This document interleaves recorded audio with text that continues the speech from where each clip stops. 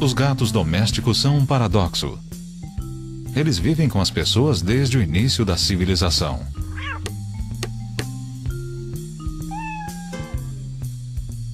Mas tornaram-se domésticos sem perder a sua felinidade, a sua independência e sua capacidade de viver sem nós.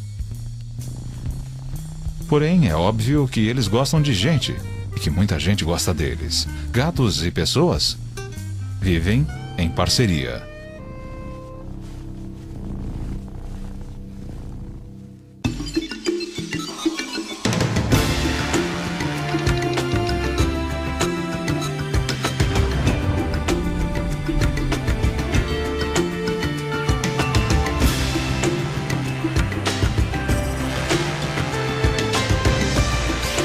O guia completo. Gatos domésticos.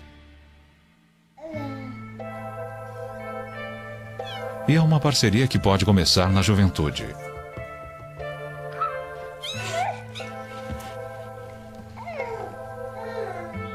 Os gatos, porém, vivem menos que as pessoas e não podem se dar ao luxo de uma infância longa.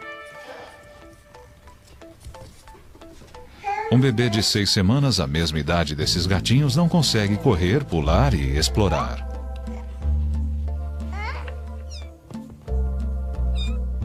E aos 5 meses de idade, mesmo sendo ainda muito mais jovens do que esse bebê, os gatinhos já serão adultos. Mas por enquanto, a vida é cheia de aventuras.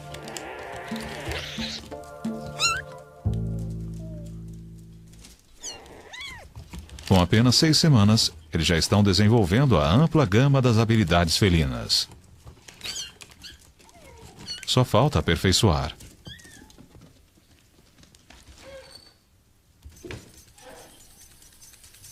Os brinquedos mais simples podem ser educacionais, ensinando, por exemplo, a caçar.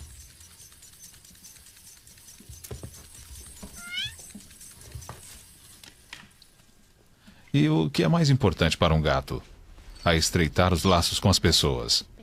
Se eles não fizerem isso agora, não o farão nunca mais. E crescerão selvagens. A convivência com as pessoas foi boa para os gatos. Com o aumento dos seres humanos, aumentaram também os gatos. Hoje existem cerca de 450 milhões de gatos no planeta, o que torna o gato doméstico a espécie felina mais bem-sucedida. E nem por isso eles perderam a sua independência. Gatos vivem tanto no centro do mundo dos homens quanto à sua margem. Um gato doméstico ainda tem todas as qualidades físicas herdadas de seus ancestrais selvagens: a elasticidade e a agilidade.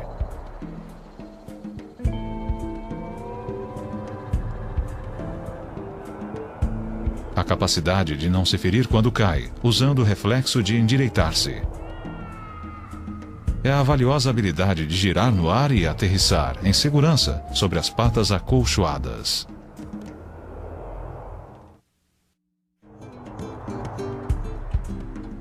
Os gatos domésticos, como os gatos selvagens, nunca fazem mais do que o necessário e passam até 18 horas por dia dormindo. Na natureza, a tendência dos gatos é caçar à noite. E os gatos domésticos conservaram os olhos de caçador, olhos que enxergam em luz 6 vezes mais fraca do que os seres humanos conseguem. Os séculos de domesticação não mudaram drasticamente o tamanho dos gatos. Nesse aspecto, quase todos são parecidos. Mas entre as raças, existem muitas outras distinções, frequentemente provocadas para satisfazer certos gostos, às vezes inexplicáveis, dos seres humanos. Mas os gatos, ao contrário de quase todos os outros animais domésticos, têm praticamente a mesma aparência e comportamento do meio selvagem. Seu relacionamento com as pessoas é uma parceria.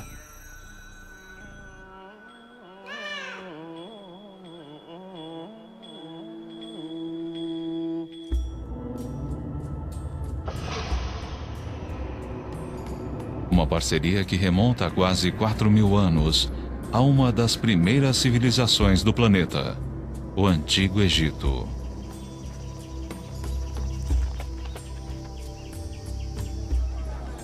Nas casas e nas ruas do Egito, hoje existe um certo tipo de gato, esbelto e vigoroso, que é muito parecido com os primeiros gatos que se associaram ao homem.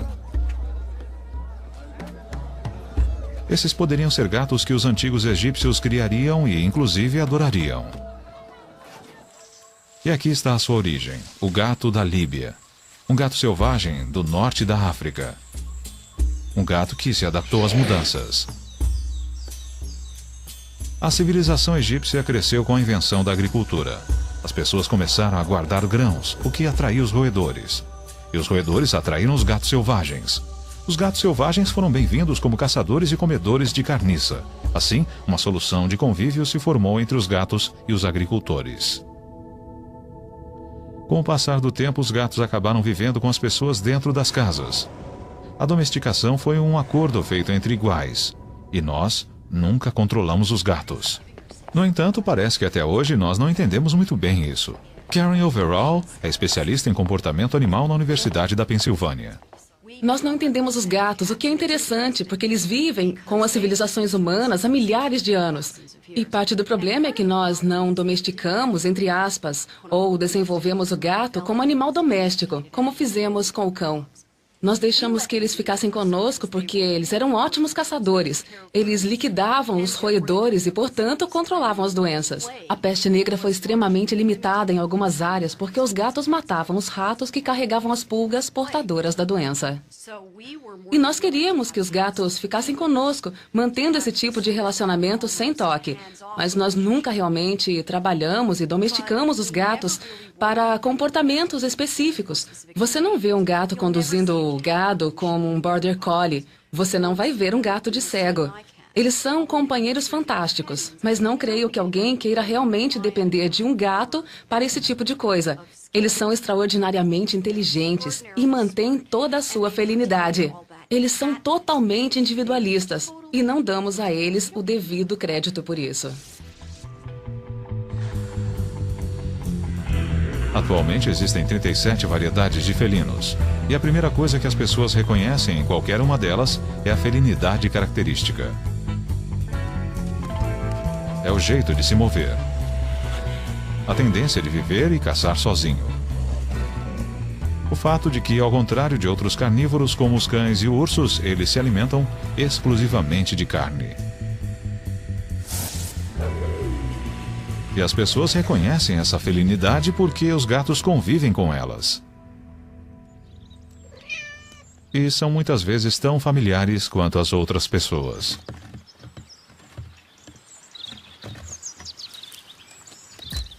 E o que é que faz do gato o animal que ele é?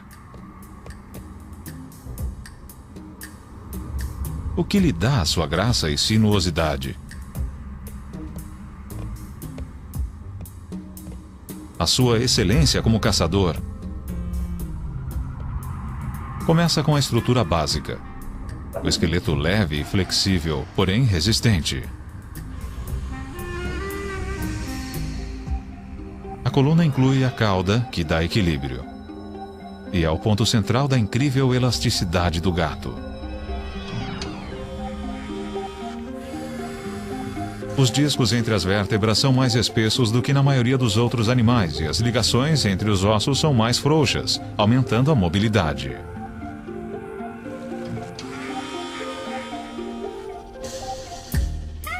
Como um bailarino fazendo ponta, o gato anda nos dedos das patas. Com isso, o comprimento da perna e o tamanho do passo ficam maiores e o gato ganha velocidade. E é por isso também que, surpreendentemente, essa junta é o tornozelo do gato e o começo da pata. Os ossos da pata são muito longos.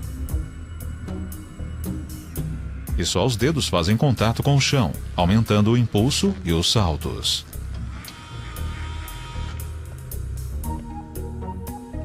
Parte do segredo da agilidade dos gatos está no desenho das suas espáduas.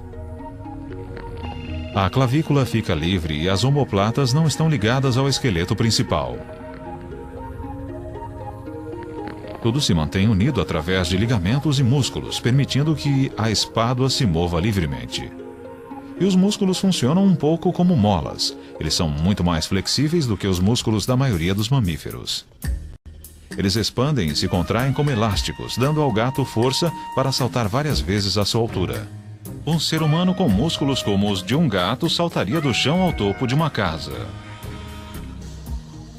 Quando um gato salta, a força vem dos músculos das pernas traseiras. Cada músculo é feito de várias fibras musculares. Elas consomem muita energia para se contrair rapidamente, e quando afrouxam, são como catapultas. Bom para explosões de velocidade, mas cansativo demais para longos percursos. O gato é um velocista e não um corredor de maratona. O gato é também um equilibrista nato. E isso porque o seu peito é muito estreito e as suas pernas dianteiras muito próximas uma da outra. Esteja ele num galho de árvore ou em cima da cerca, ele anda como se estivesse no chão.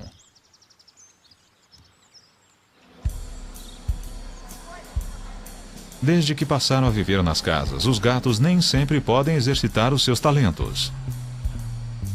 Mas existem maneiras de transformar o interior de uma casa numa réplica surreal do mundo lá fora.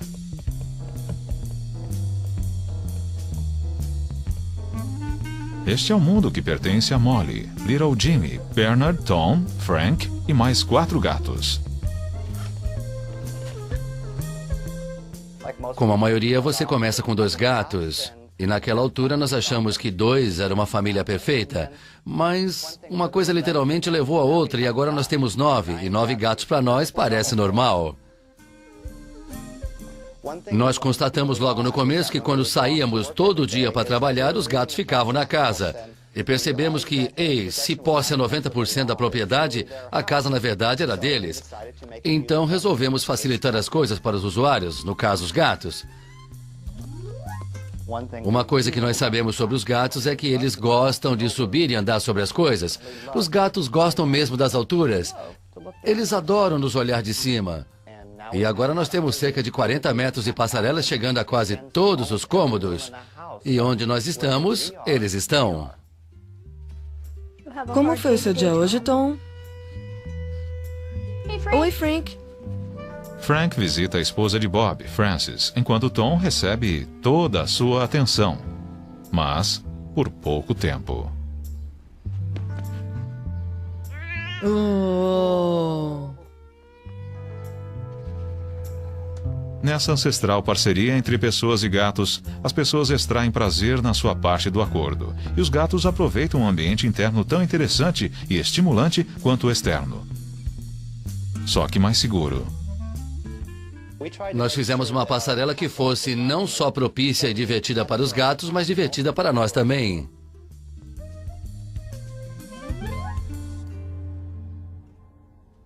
Um outro requisito para a parceria com os gatos foi que esses animais essencialmente solitários aprendessem a viver uns com os outros.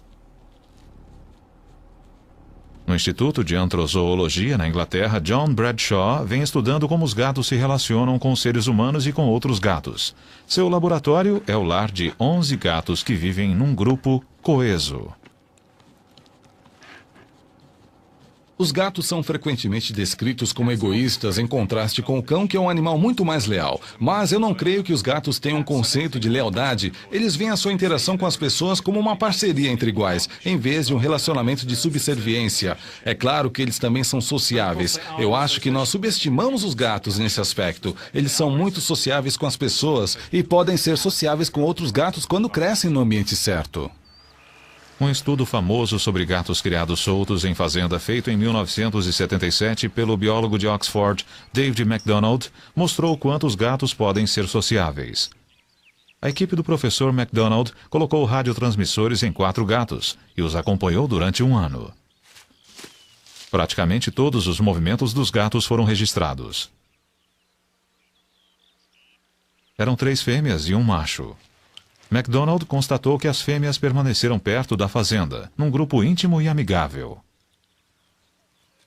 O macho passava 2/3 de seu tempo longe, perambulando, farreando e caçando ratos. Mas ele sempre voltava para casa. O ponto alto do estudo foi quando a equipe testemunhou uma fêmea ajudando outra a dar à luz. Ela agia como parteira, inclusive na hora de cortar o cordão umbilical. Mais tarde, as duas partilharam um abrigo e cuidaram das crias uma da outra. Esse foi o primeiro registro científico de uma cooperação tão íntima entre gatos domésticos semi-selvagens e provou que, deixados à vontade, eles podem ser animais muito sociáveis. O que o trabalho de MacDonald mostrou foi que a sociedade dos gatos não segue uma hierarquia linear, como a do cão ou do lobo. Ela é muito mais uma parceria de iguais, uma cooperação entre fêmeas aparentadas que se reúnem em torno de um determinado lugar onde há bastante alimento e espaço para as crias. As técnicas modernas de controle de pragas estão levando os gatos de trabalho, os rateiros, ao desemprego. Mas ainda existem muitos lugares no mundo onde gatos semi-selvagens vivem juntos. Na ilha italiana de Stromboli, esses gatos estão em toda parte. Aqui, os gatos raramente são bichos de estimação, mas há pessoas bondosas que cuidam deles e os alimentam. Uma delas é a senhora Ushi, do vilarejo de Ginostra. Há mais de 40 anos, ela alimenta uma colônia que está sempre mudando. Os grupos de gatos existem onde as pessoas fornecem grandes quantidades de alimento e elas podem fazer isso os alimentando deliberadamente ou acidentalmente deixando, por exemplo, comida do lado de fora dos restaurantes. Quando os gatos percebem que ali é uma fonte regular de alimento, eles se reúnem à sua volta e começam a formar uma colônia. E essas colônias são chances maravilhosas para se estudar o comportamento dos gatos, porque tudo acontece numa área restrita que nós podemos observar. Caso contrário, eles se espalham demais e fica bem mais difícil. Para os gatos, a convivência social implica em coisas com as quais seus ancestrais selvagens não se preocupavam. Por exemplo, a comunicação constante. Um gato selvagem pode usar o odor para marcar seu território. Mas esses gatos transformaram a marcação com odor numa linguagem. Com urina e glândulas especiais na face, eles deixam mensagens tão características quanto a voz ou uma assinatura.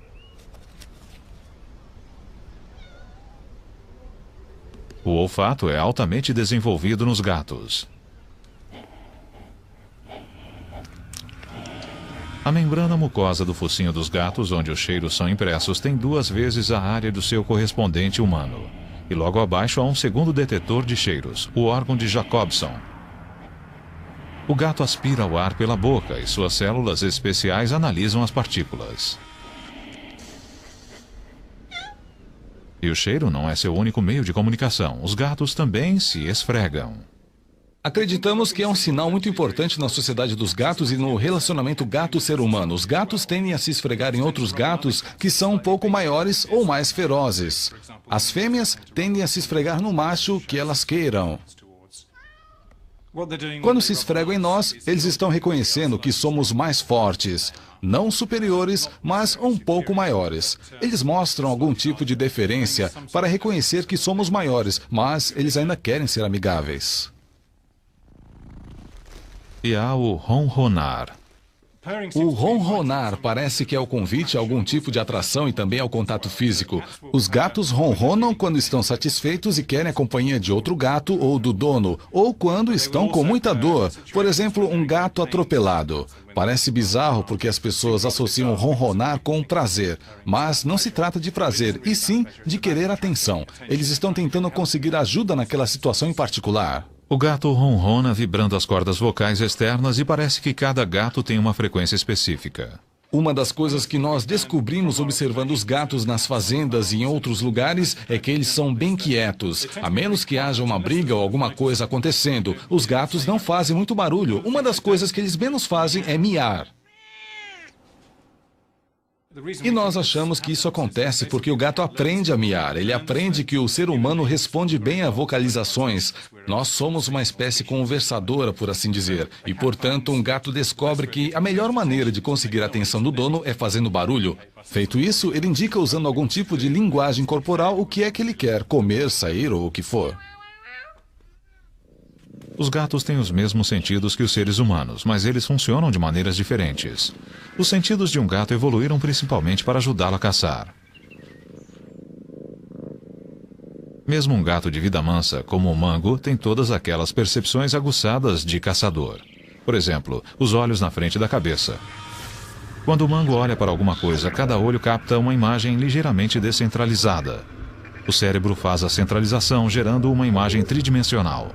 E Mango então sabe qual é o tamanho do objeto e a que distância ele está. Proporcionalmente ao tamanho de sua cabeça, Mango tem olhos muito maiores do que os nossos. Eles recebem mais luz, e ele enxerga tão bem na semi-escuridão quanto em pleno dia. Os olhos de Mango são tão sensíveis que precisam de pupilas capazes de restringir a luz de uma maneira que as nossas pupilas redondas não conseguem. As pupilas dele se fecham quase que totalmente numa fenda. E quando a luz diminui, elas se abrem ocupando uma área de olho proporcionalmente muito maior do que as pupilas humanas. Mango não enxerga na escuridão total, mas ele vê com muito menos luz do que os seres humanos. Os gatos têm uma camada de células chamada tapetum lucidum no fundo do olho. A luz que passa pela retina sem ser absorvida é refletida de volta, dando aos receptores uma segunda chance de captá-la. Isso aumenta a eficiência dos olhos de Mango em 40%. E para aumentar ainda mais a eficiência, os gatos têm mais células fotossensíveis que funcionam melhor com menos luz. Com tudo isso, Mango consegue ver em luz 6 vezes mais fraca do que o seu companheiro humano consegue.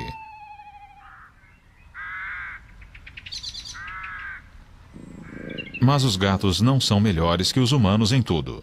Mesmo que ele pudesse ser ensinado, Mango jamais conseguiria ler. Seus olhos não são bons para os pequenos detalhes e ele vê uma página impressa como uma folha cinza.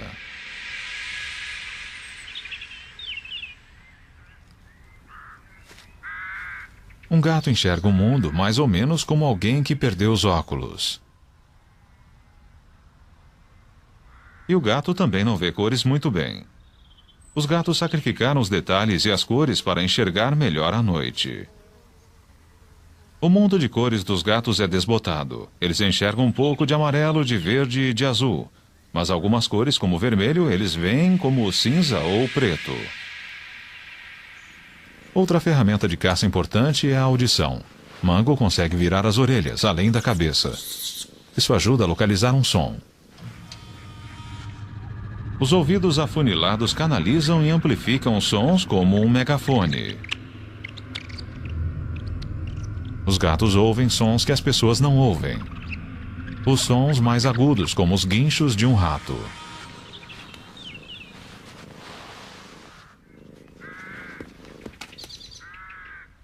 E quando um gato ouve um guincho, ele tem que saber exatamente de onde ele veio. Conforme a intensidade relativa do som em cada ouvido, o gato automaticamente vira a cabeça na direção certa. Os gatos também são muito bons para detectar movimentos, mas quando se aproximam da presa, eles precisam usar o sentido do tato. Esse tipo de jogo dá a Mango a chance de exercitar a rotina de uma caçada. Ele usa até os bigodes para sentir a pena.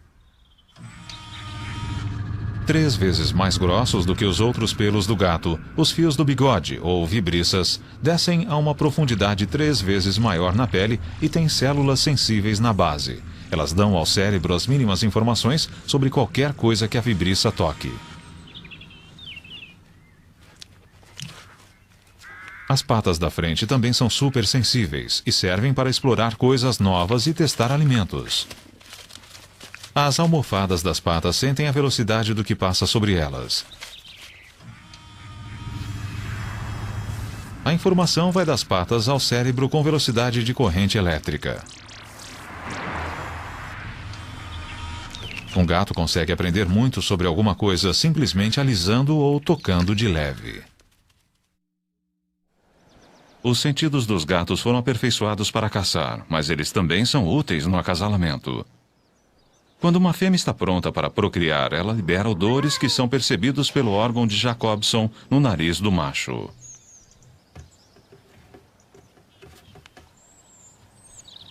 Num grupo livre, vários machos tentarão acasalar com a fêmea. Os gatinhos da ninhada podem ter mais de um pai. Acasalando livremente, a fêmea se certifica de que pelo menos alguns de seus filhotes terão os melhores genes disponíveis. Essa é também uma estratégia para manter a paz. Como nenhum macho terá certeza de quais dos filhotes são seus, é menos provável que ele machuque ou mate algum deles.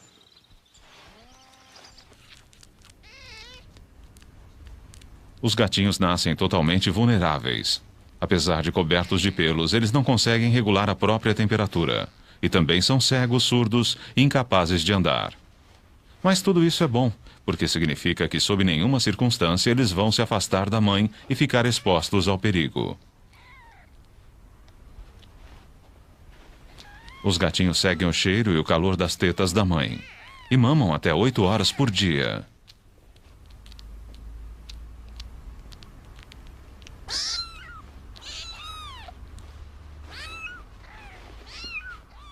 Quando não estão mamando, só há uma outra coisa que eles podem fazer: dormir.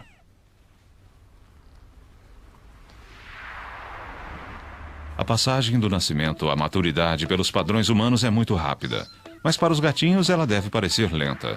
Esse tem 10 dias de vida. Ele enxerga um pouco, mas a sua visão ainda está embaçada e vai continuar assim nas próximas 3 semanas.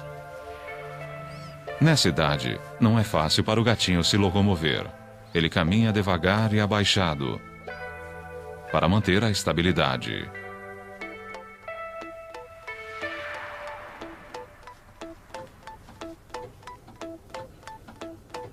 Com 3 semanas, o gatinho já está de pé e andando, embora ainda um pouco trêmulo. Ele ainda não caminha na ponta dos pés como um gato adulto. É uma postura que leva algum tempo para ser aperfeiçoada. Mas, ganhando confiança a cada dia, os filhotes demonstram a necessidade crescente de explorar e brincar. Uma semana mais tarde, a brincadeira está mais animada. Já límpida, a visão é melhor e os gatinhos começam a usar a cauda para ganhar equilíbrio. Com 5 semanas, o gatinho começa a controlar a maior parte das coisas que fazem dele um gato. Seu andar já é mais como o de um gato. Sua audição direcional começa a funcionar. E a visão melhora a cada dia.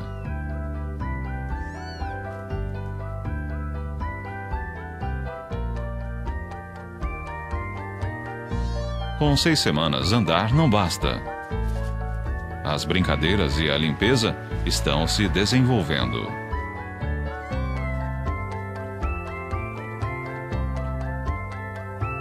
Com 8 semanas de idade, apenas 2 meses depois de nascer, esse é um gato jovem, porém completo. Daqui para frente, ele só vai crescer e se aperfeiçoar.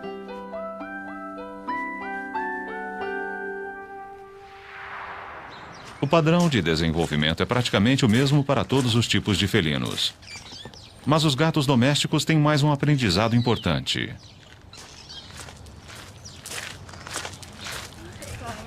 Como conviver com as pessoas. Olá, querida. Essas pessoas em Bristol, na Inglaterra, são voluntários que acariciam gatos perdidos e abandonados. Ah, boa menina. Tudo bem, meu bem. Ah, nenê. Ah, olha só que gatinhos lindos você tem. Ao contrário do que as pessoas imaginam, os gatinhos não nascem com a capacidade de interagir conosco, eles têm que aprender. É um aprendizado que começa quando seus olhos se abrem e termina por volta de 7 ou 8 semanas de idade. O gato que recebe muita atenção e que é manuseado bastante nessa idade tende a crescer ligado às pessoas. Ele vai gostar de pular no colo e ser acariciado. Um gato que é pouco manuseado vai ser mais arredio, do tipo que tolera a presença humana, mas não a procura. Se eles não encontrarem pessoas nesse período crítico, é pouco provável que sejam amistosos. A tendência é que sejam selvagens.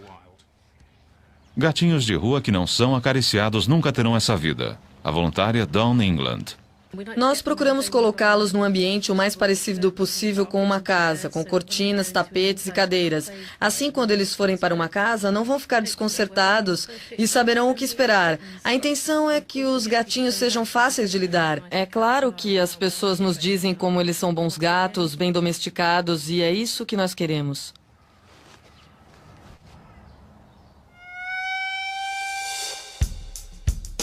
Tecnicamente, os gatos domésticos e os selvagens são da mesma espécie. As duas principais diferenças são as habilidades sociais do gato doméstico, com as pessoas e com outros gatos, e a sua cor.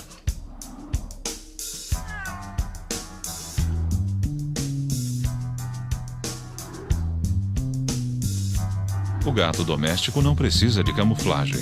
E livre desse requisito, o pelo rajado dos ancestrais, conhecido como tabby, deu lugar a quase todos os padrões e cores que um animal pode ter.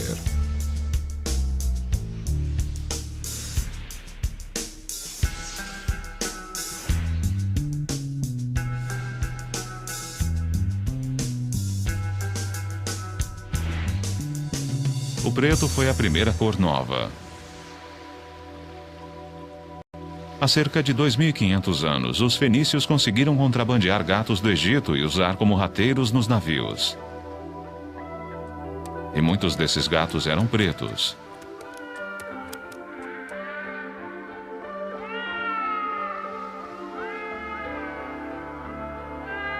Negociando pelo Mediterrâneo, os fenícios montaram colônias em vários lugares,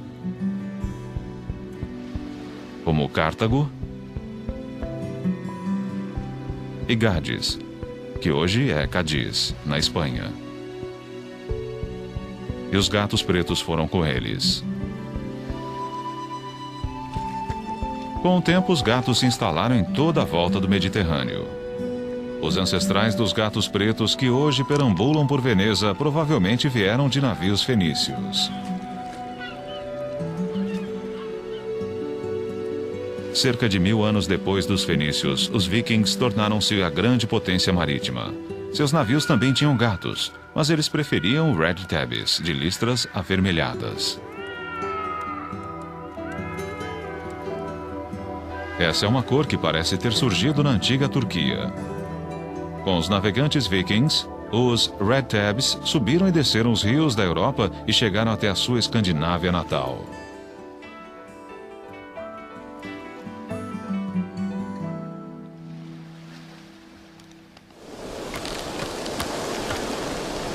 Foi nos navios que os gatos de todas as cores espalharam-se pelo mundo. Todos os lugares do planeta habitados por seres humanos são também habitados pelos gatos.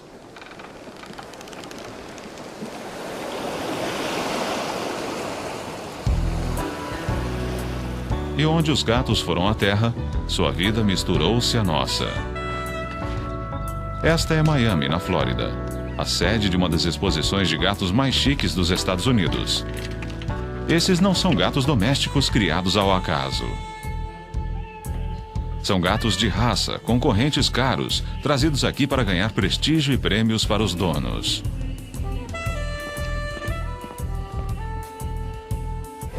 As exposições de gatos existem há pouco mais de 100 anos, e muitas das raças modernas nasceram das exposições. Muitos tipos de gatos são variações de tipos que se desenvolveram naturalmente em certas regiões. Um gato de Charolais, ligado aos cruzados e aos monges cartuchos da França.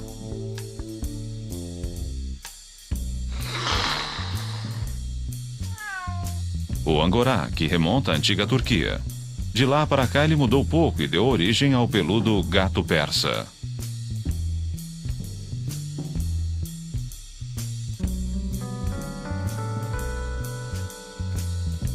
Outro peludo é o Maine Coon, um gato que se desenvolveu naturalmente no frio da Nova Inglaterra. O gato abissínio é uma variedade antiga. Até hoje, esses animais elegantes têm o visual dos primeiros gatos que se associaram ao homem. Foi uma mutação natural que deu forma ao bobtail japonês.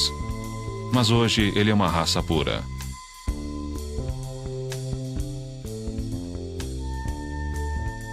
O Aussie Cat machetado parece um gato selvagem, mas ele foi criado para ter essa aparência.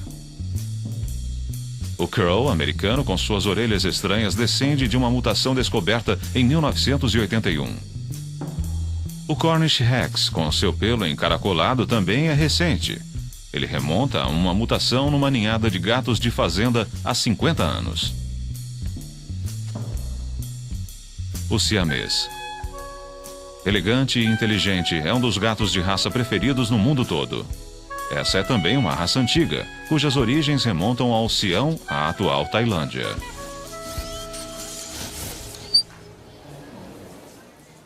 Um dos gatos mais divertidos que eu tive o prazer de tratar neste fim de semana foi esta Tabby Marrom. O que eu mais gostei nesta gata foi a fantástica harmonia da cabeça, o focinho curto, o crânio arredondado e a expressão linda, linda, mesmo que ela esteja um pouco para o selvagem. Campeã da exposição, melhor gato da exposição! Os gatos são diferentes de todos os outros animais domésticos porque eles não são criados para um propósito particular, apenas para satisfazer os vários gostos humanos. E quando mudam os gostos, mudam os gatos. Uma exposição de gatos há pouco mais de 40 anos e um gato persa inscrito. Um gato persa inscrito hoje. Dita moda que agora os gatos persas não precisam de focinho. E no processo de achatar o focinho, os criadores acabaram obtendo um animal com dutos lacrimais distorcidos e olhos que choram sem parar. O siamês atual, uma tentativa de recriar o que os ocidentais consideram um visual oriental. Um animal magro e frágil, com problemas de saúde e reprodução. Há 40 anos, um concorrente siamês era mais parrudo do que os de hoje, mas ainda era mais elegante e exótico do que os gatos comuns. Outras variações modernas do siamês. A face não é mais redonda, é triangular.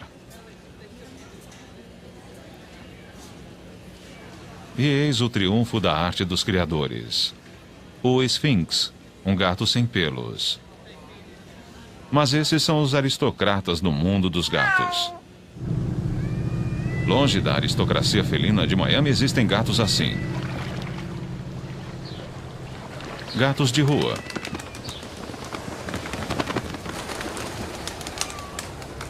Eles são gatos domésticos que voltaram a ser selvagens e suas crias. Eles vivem em colônias à margem das nossas vidas e, para sobreviver, dependem um do outro e das esmolas humanas. Vem, neném. Vem, gatinho. Oh, vem, neném. Nos Estados Unidos deve haver 60 milhões de gatos vivendo assim. Algumas cidades têm programas de esterilização de gatos de rua. Aqui em Orlando, na Flórida, fica a sede do CARE, um grupo de atendimento aos gatos. Connie Graham e Barbara Logan capturam e levam gatos para a castração.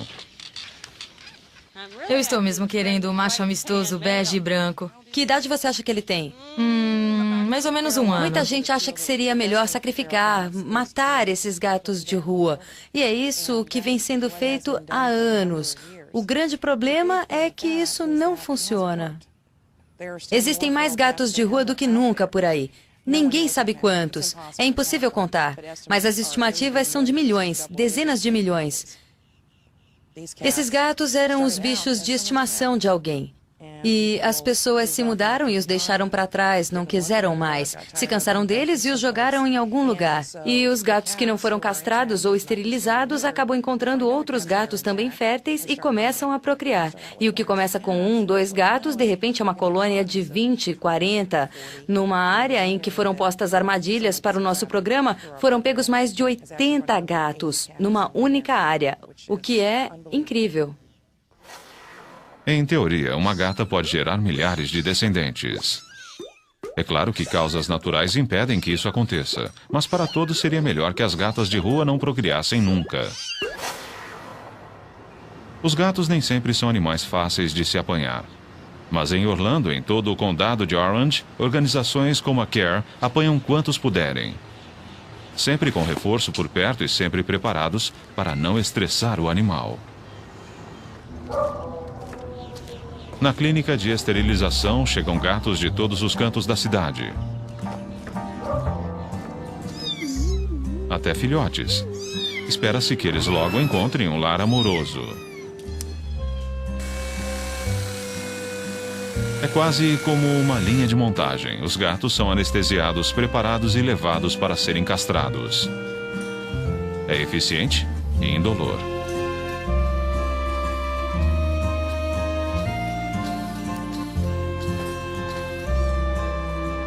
Muitos são soltos no mesmo dia, mas outros ficam em observação até o dia seguinte, para se ter certeza de que estão bem e de que a anestesia perdeu o efeito.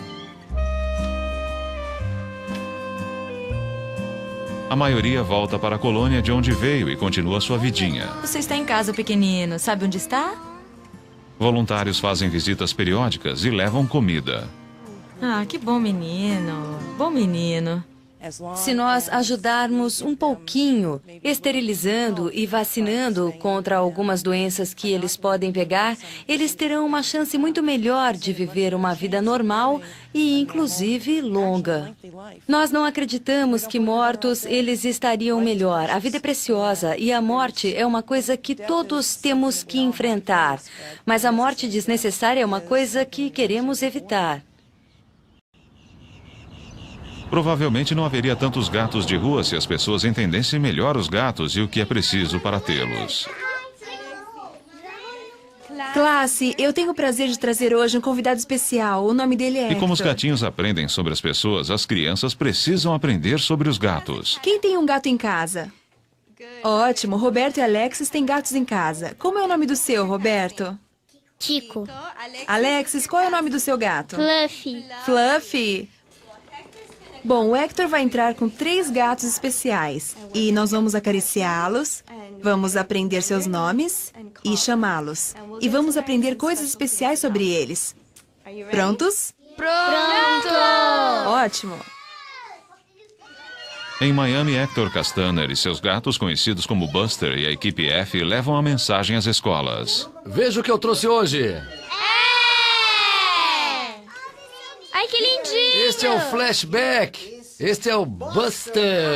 Eu quero o Buster! Sim, senhor. Buster, vem. Qual é o nome dele? Fale com ele. Eu quero segurar no Buster! Eu quero brincar com ele. Esse gato está ajudando as pessoas a ajudar os gatos. E existem gatos que ajudam pessoas a ajudar pessoas. Marilyn, acho que encontrei as amostras que estávamos procurando dos guepardos do norte da África. Que bom! Stephen O'Brien, do Instituto Nacional do Câncer. Nós nos interessamos pelos gatos há cerca de 15 anos, quando percebemos que existe uma série de doenças que são fatais nos seres humanos e também nos gatos. Foi no final da década de 80 que a versão felina do vírus da AIDS foi descoberta. E nós tivemos a curiosidade de saber se o vírus que estava causando a doença semelhante à AIDS nos gatos domésticos havia atingido alguma outra espécie de felino. Talvez estivéssemos no início de uma epidemia que iria dizimar todos os felinos, como as populações humanas estavam sendo dizimadas onde surgiram epidemias de AIDS. Era uma perspectiva horrível. 36 espécies de felinos no mundo, quase todas já em risco de extinção. E agora ameaçadas, por incrível que pareça, pela AIDS. Mas quanto mais amostras de sangue de várias espécies de felinos o Instituto coletava, mais parecia que havia algo além nessa história. O que nós descobrimos foi exatamente o que não esperávamos, ou seja, que virtualmente todas as espécies de felinos do planeta tinham algum nível de infecção e exposição à versão do vírus que causa a AIDS no gato doméstico. Mas a diferença é que esses felinos, os felinos selvagens, pelo menos os que examinamos, não estavam adoecendo. Eles não desenvolveram a deficiência imunológica e isso era um mistério. O que aconteceu com alguns desses felinos foi que eles desenvolveram defesas genéticas contra uma doença fatal, como o vírus da AIDS. E entender isso nesses felinos pode nos levar a descobrir um tipo semelhante de mecanismo genético natural nos seres humanos. Como companheiros, gatos e seres humanos têm uma história de talvez 4.000 anos. Mas nessa ligação há muito mais do que companheirismo. Ambos são mamíferos e ambos têm uma herança genética comum. Será que os gatos vão ajudar a revelar uma cura genética para a AIDS humana? Em 1996, nós tivemos a sorte de descobrir o primeiro gene que realmente causava uma resistência genética à infecção pelo HIV. E isso nos levou a uma meta, por assim dizer, de novos remédios que imitem os efeitos dessa resistência genética natural a uma doença infecciosa fatal. Matando os ratos. Os gatos levam o crédito de ter restringido a peste negra. Será que estudar os seus genes vai ajudar a deter uma doença que, em certas partes do mundo, já atingiu proporções epidêmicas? Afinal, os gatos são nossos velhos amigos. Eles chegaram ao mesmo tempo que a civilização. E de todos os animais que domesticamos, são os únicos com os quais não temos um relacionamento de senhor e subordinado. Os gatos escolheram ficar conosco, e nós vivemos com eles, dentro das nossas casas. Por uma única razão: nós gostamos deles, e eles gostam de nós.